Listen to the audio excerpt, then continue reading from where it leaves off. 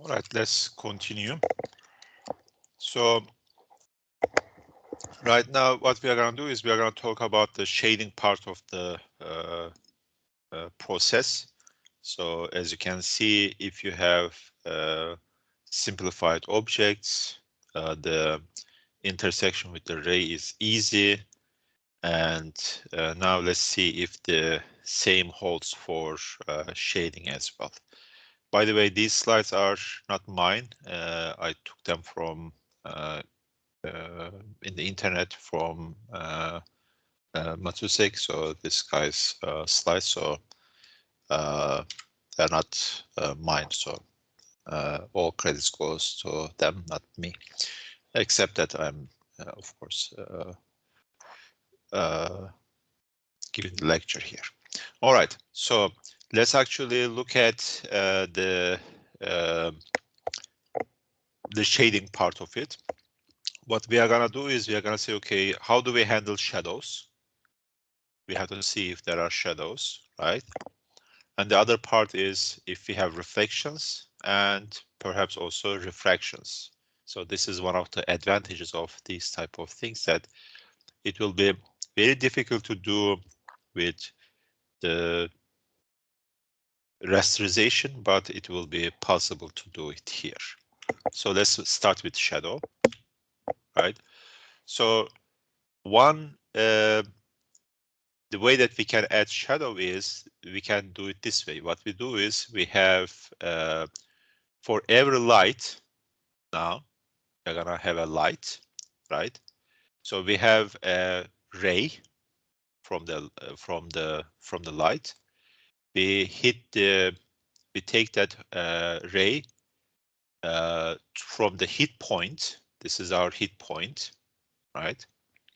Okay, so we did the first one. We now know that this is where we need to actually let's say find the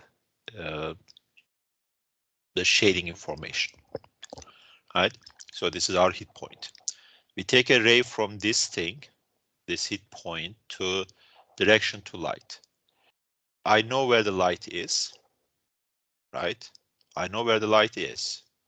I may have multiple lights in the scene, so this is for each light. I know where the light is with respect to here. So from hit point to this one, I can create a ray, right? And then I will try to do another ray casting from this hit point to the light and find the closest point. So ideally, what I can do is this is the first direction. If this thing is actually hitting the hitting nothing, then I know that this is directly visible from that light, so I can actually get the light's intensity and create what I want to create there, right? So this is very simple. So what I will do is for every object, I will do the intersection of that object, and if the T part of that hit is actually distance to the light, then I will take take that. Now, what happens is that this is what I can do, right? So I will take the color of this thing as whatever the object seeing this light will create me. All right, so this is very simple for me. All right. Now I will repeat this for every light. There will be another light here, perhaps visible, another light, maybe not so visible, and so forth. Now this will actually create that shading shadow effect as well. So this will be directly getting the shadow. All right. Very, very simple.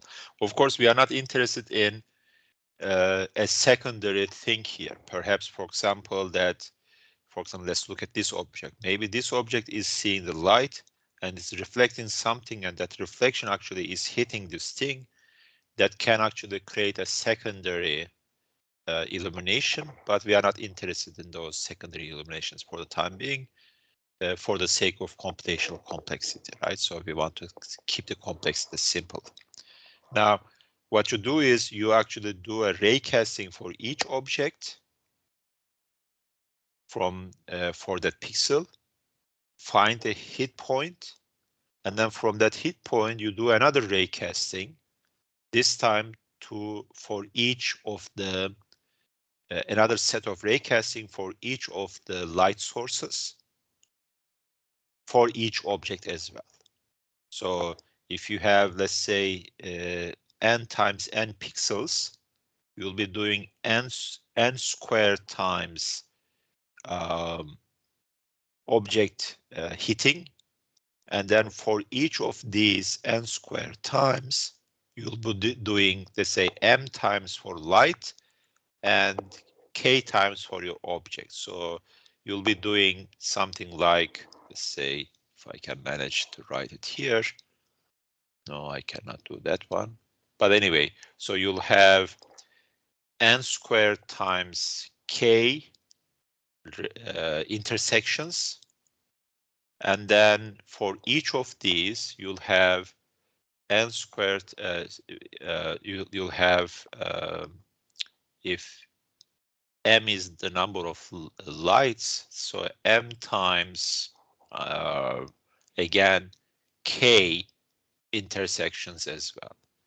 So you have n squared times m k square, m square, k square, m times intersection. So these are quite a bit, is a lot of intersections that you need to do. Of course, there are some algorithms to simplify these, but still it could be quite expensive. All right. So this is how we can generate shadows. Very simple, right?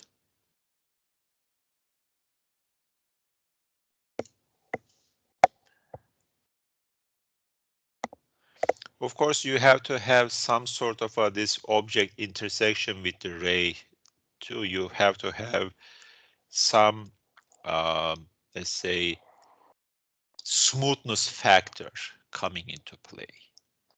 So this smoothness factor is gonna actually let you have smoother images.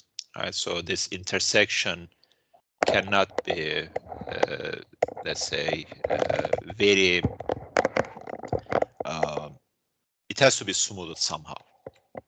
We are not going to be interested in that one for the time being. Okay.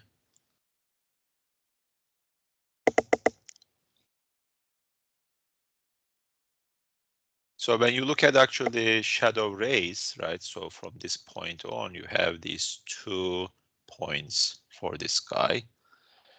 And one thing that we need to do here is, if I know actually one of them that actually intersects this ray, then I don't need to worry about the second one. So I don't need to find out actually the closest one compared to the other one. So once I actually find out that one object blocks my light, then I'm done. I don't need to worry about the second object, third object, and so forth. So I can actually bail out there and say, okay, this is not visible, therefore this light is not gonna actually contribute to that. So it's a little bit faster perhaps compared to the other one, because once you have a hit, you stop there. In the other case, you have to actually continue. In this case, you have to continue for this one, this one, this one, so that you get the closest one here. If you find this one is the first one that you hit, then you stop there. Or if this is the first one, you stop there. You don't need to continue intersecting further and further, because for you, shadow is actually is cast even if you have only one object between your light and your point.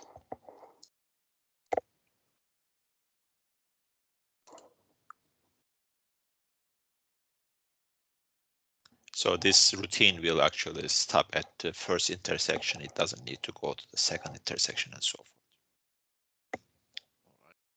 So let's look at the reflections.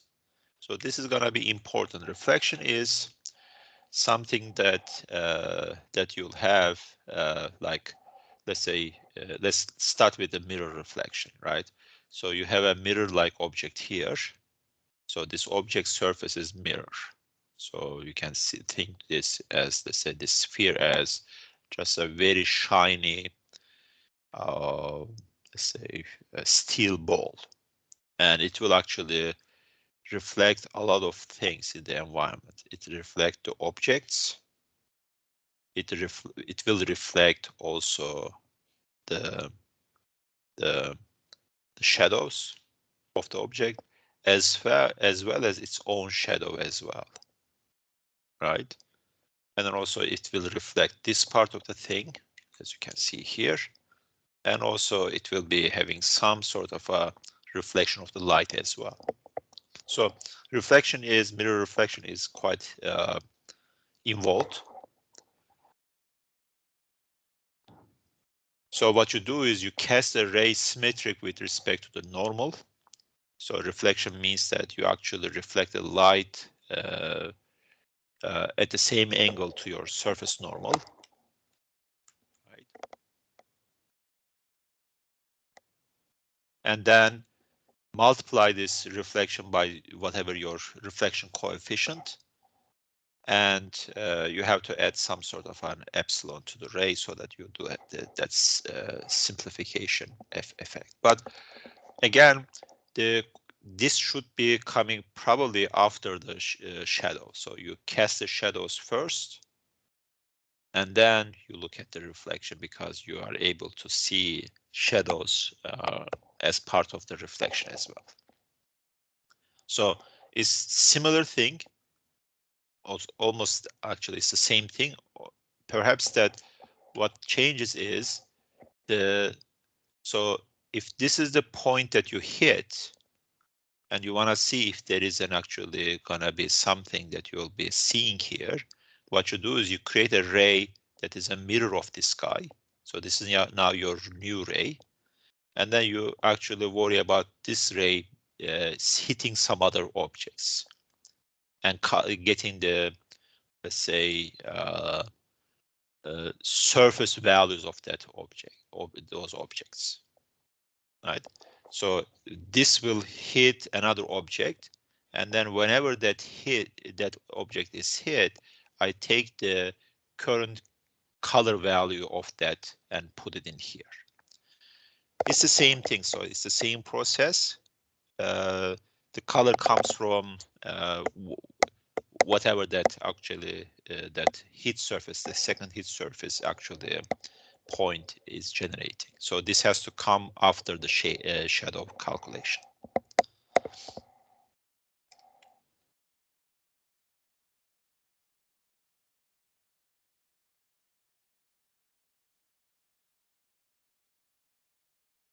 So of course the reflection for your surface, like what you have here, you cannot have a reflection that actually is, let's say, like it's like a, let's say, a mirror. So the reflection constant, this Ks, has to be actually dependent on some other factors, like let's say the angle and the distance and so forth. So as you can see here, when you are close, when you are farther away, the reflection actually kind of dissipates. So these type of metal surfaces and the electric glasses and so forth, it has to be actually calculated. And these are not easy things to do, of course, but there are some, let's say, you can actually go for constant reflection model. This is just a simple hack, of course, but you can also go for more realistic ones like Fresnel reflection and Schlick's approximation and so forth. But they are going to actually create, I mean, in terms of computational power, they'll require more and more compared to your basic raycasting. And you can see here the reflections. You have shadows here coming from perhaps from this guy, maybe from this guy, maybe I don't know. Yeah, from this guy, and this one is coming from this way. And then you also have I don't know if it is shadow or maybe these are the shadow, but these are perhaps reflections, and these are also reflections, and there are reflections on the surface as well. So this is quite complex scene with shadows, reflections, and so forth. Of course, this doesn't stop here. You can go even further. You can also go for refractions. And refractions has to do with object's transparency. So a transparent object will be refracted somehow in certain directions, and you have to multiply that transparency coefficient. So the question is, how do we actually find this? So this is again gonna be ray casting. You will cast a ray, and what you do is, if your hit surface is here, you hit the surface at this point. Now you know that your ray cast will actually go into the object and in a certain direction, and you can know this direction from object's type. And then there you can now cast this ray to actually see what is happening. Perhaps this will be going through an object and see something else and so forth. You can do that, but you can actually do this refraction test. Of course, the trigonometry is a little bit more involved here. You'll have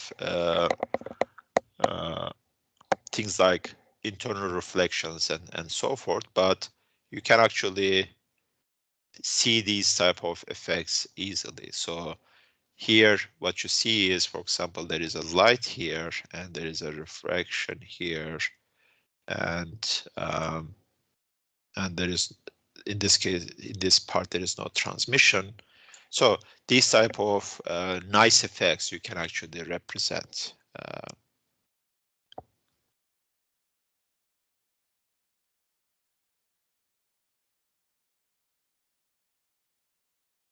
And there is another example here. This is actually a computer generated thing with a ray casting. And you see the glass. You see a lot of reflections, but also refractions that you see, and refractions here. You see the refractions that actually coming in this directions here, and then perhaps also here, and maybe around here as well, but also here. So this is this looks quite nice when you look at it. But of course, these are quite expensive operations, and much of these things are not going to be done in real time. So this has to be offline somehow.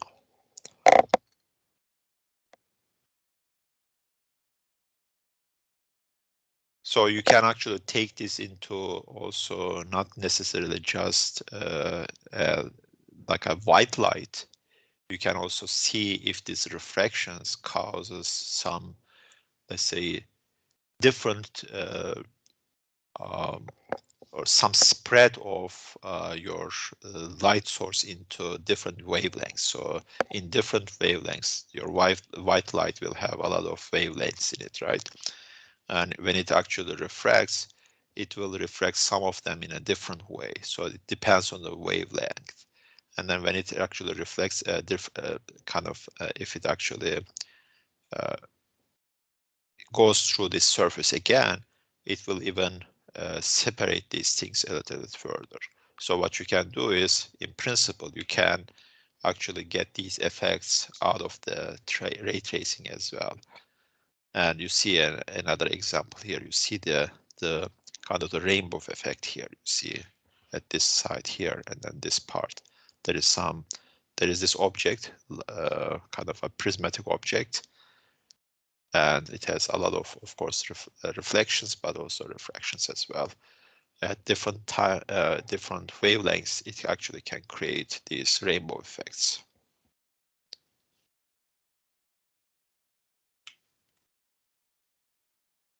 All right. Now, what you can actually use these ray tracing for lens design as well. This is people have done this one quite a bit. So this is computer-aided design for lenses, and using this type of things, people have actually revolutionized the lens design. So you can actually have these type of complex lenses, and you can, instead of actually, let's say, kind of, let's say, algebraically finding what is happening here, you can actually do the design and create your, let's say, do the simulation and see what actually happens if you have this type of a design of your lens and so forth.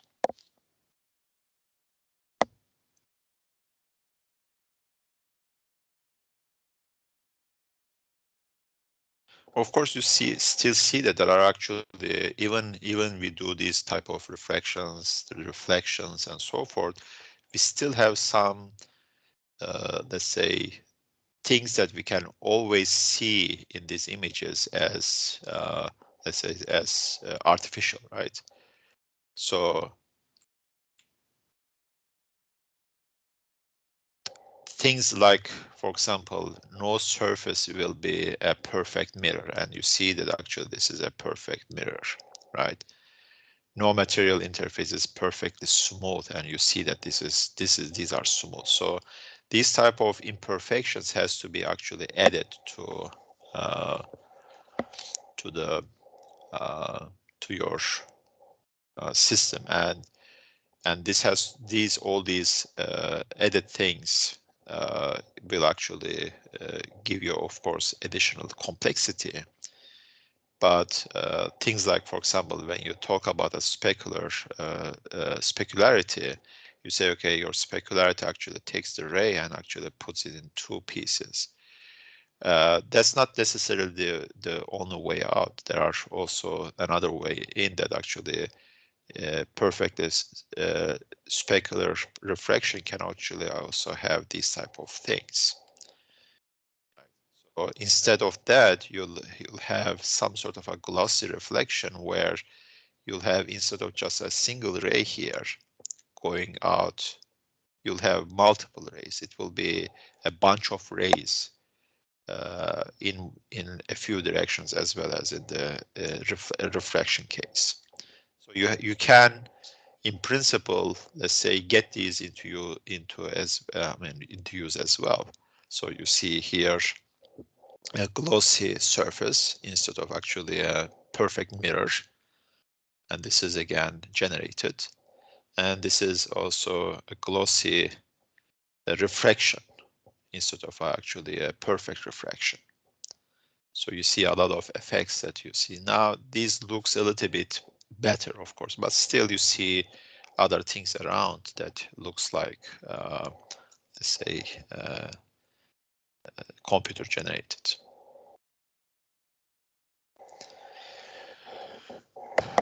Okay, what I'll do is I'll stop here.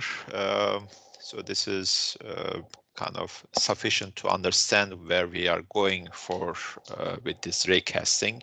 So raycasting can be actually simple when you have